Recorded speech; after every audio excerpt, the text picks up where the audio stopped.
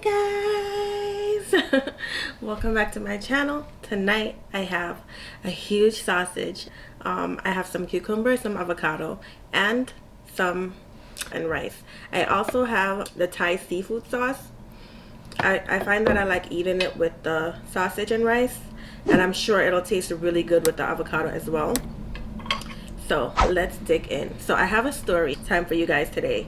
It's about when I was growing up in Jamaica, but I'm gonna put that at the end after I'm finished eating. Okay, Thai seafood sauce on my rice.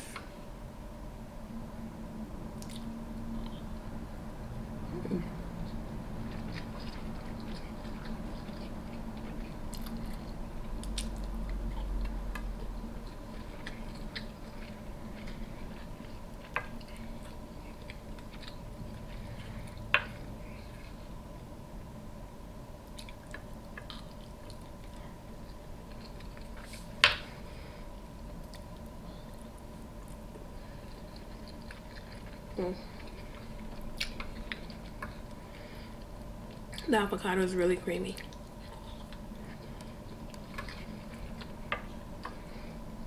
This avocado is perfect.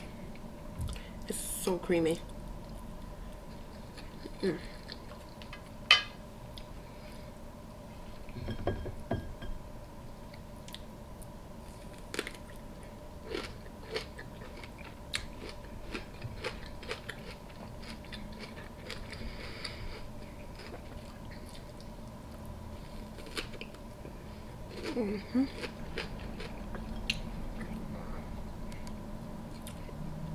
Want a bite?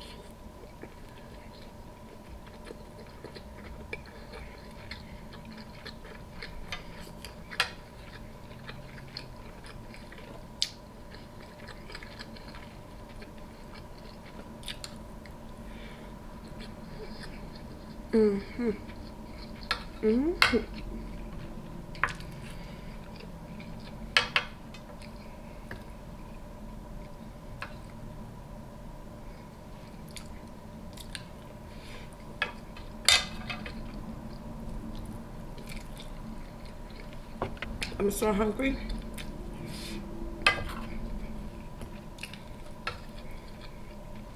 It's like 7 in the morning, and the last time I ate was yesterday morning, and like 3 a.m. So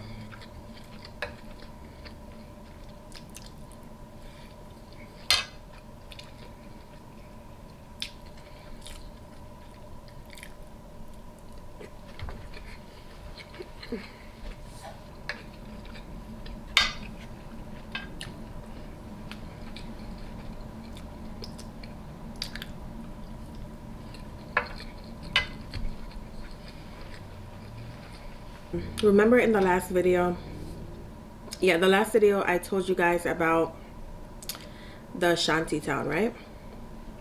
So when I was growing up, I was so ashamed of where I lived. I did not tell anyone where I lived. I had a couple of friends, and we were really good friends, but you know, they had a mom and a dad, and you know, they lived in a really nice house, and I wasn't jealous, but I definitely did notice the difference between, you know, where they live and how they're being raised and by whom they're being raised by, and you know, who I was being raised by and where I lived, and so on and so forth.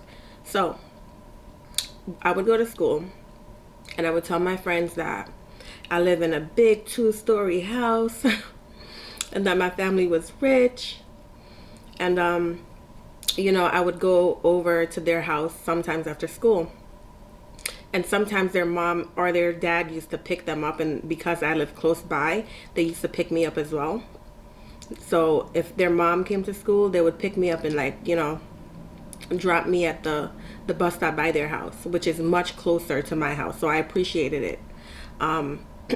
But yeah, so I used to lie and say that, you know, my family are rich and we lived in a 2-story house, and you know, I guess at the time to have a 2-story house is like ideal, and so I used to say that.